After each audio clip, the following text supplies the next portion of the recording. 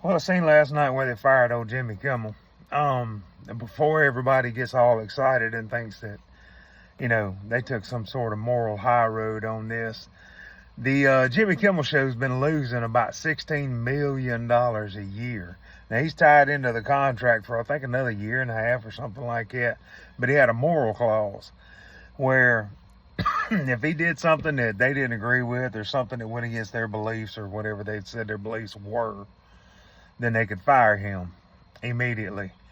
So this was their attempt, ABC's attempt to get rid of this leech of, social content of what they're trying to push right now. But that whole platform's changing.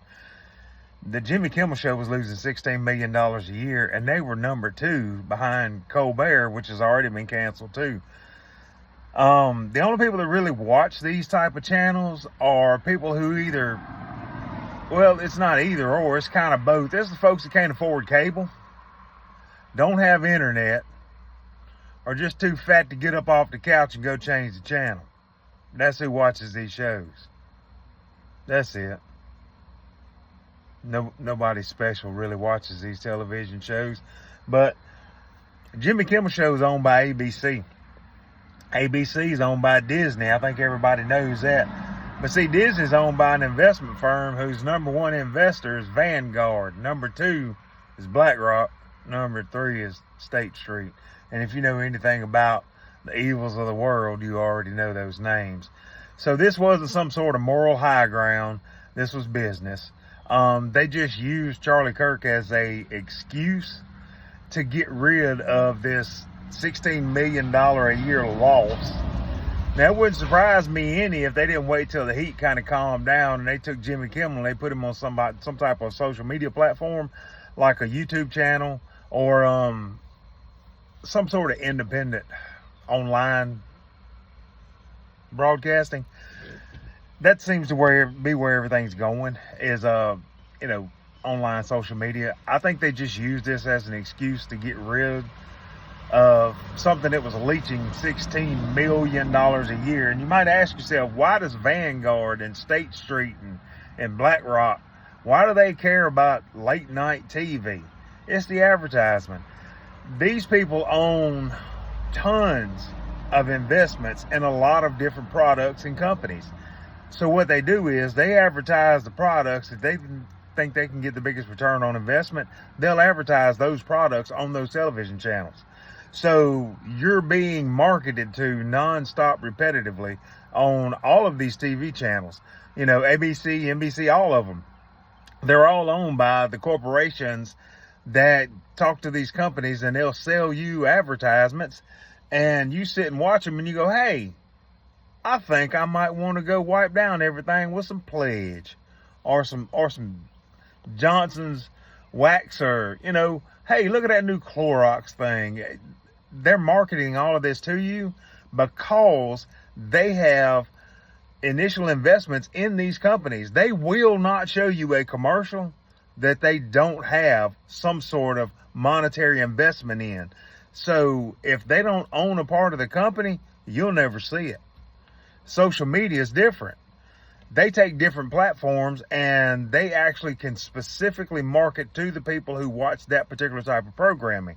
Unlike television, they're just shooting at them, as far as just, I'm going to show this to everybody and hope something sticks.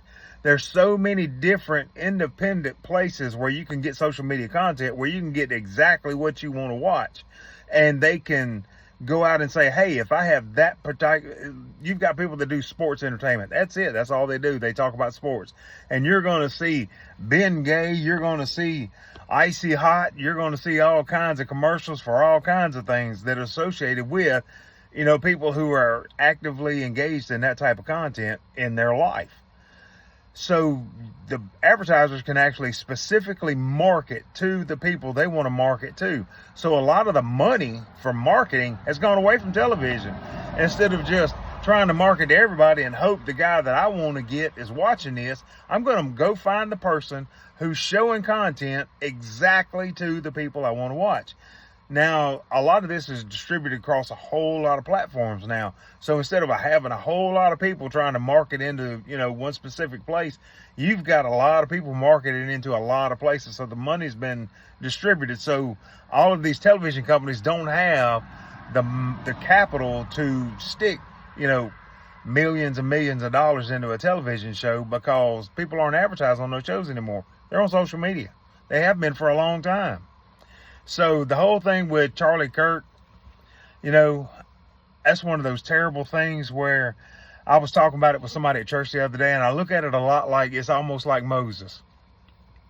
Moses got everybody to the promised land, and the next day you're there. And Charlie got everybody to the edge, and that was his journey. And look what happened the next day. It's phenomenal. Phenomenal.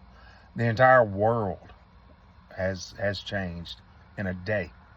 One day. I don't think they know what they did when they did this, but be wary of people that are trying to make money off of selling t-shirts with Charlie Kirk's name on it. Go to Turning Point USA. Go to the website and buy from the people who actually supply the church. That funds the organization, that funds the movement and the people. Stop buying from Joe down the road that's making a t-shirt trying to make a buck off of Charlie Kirk's death. I mean, there's people that don't even know who Charlie Kirk was or what he stood for that are out there trying to sell t-shirts with his name and image and likeness and his quotes. And, Charlie's been around a long time. That fella almost ran into somebody over there. And these people are just now hearing his name, and they're out there trying to make a buck off of his image. Now, I know Charlie probably wouldn't care as long as the message is being spread, but it just makes you a suck person.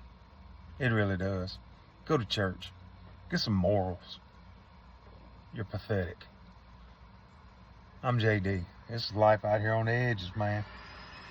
I'll holler at y'all later.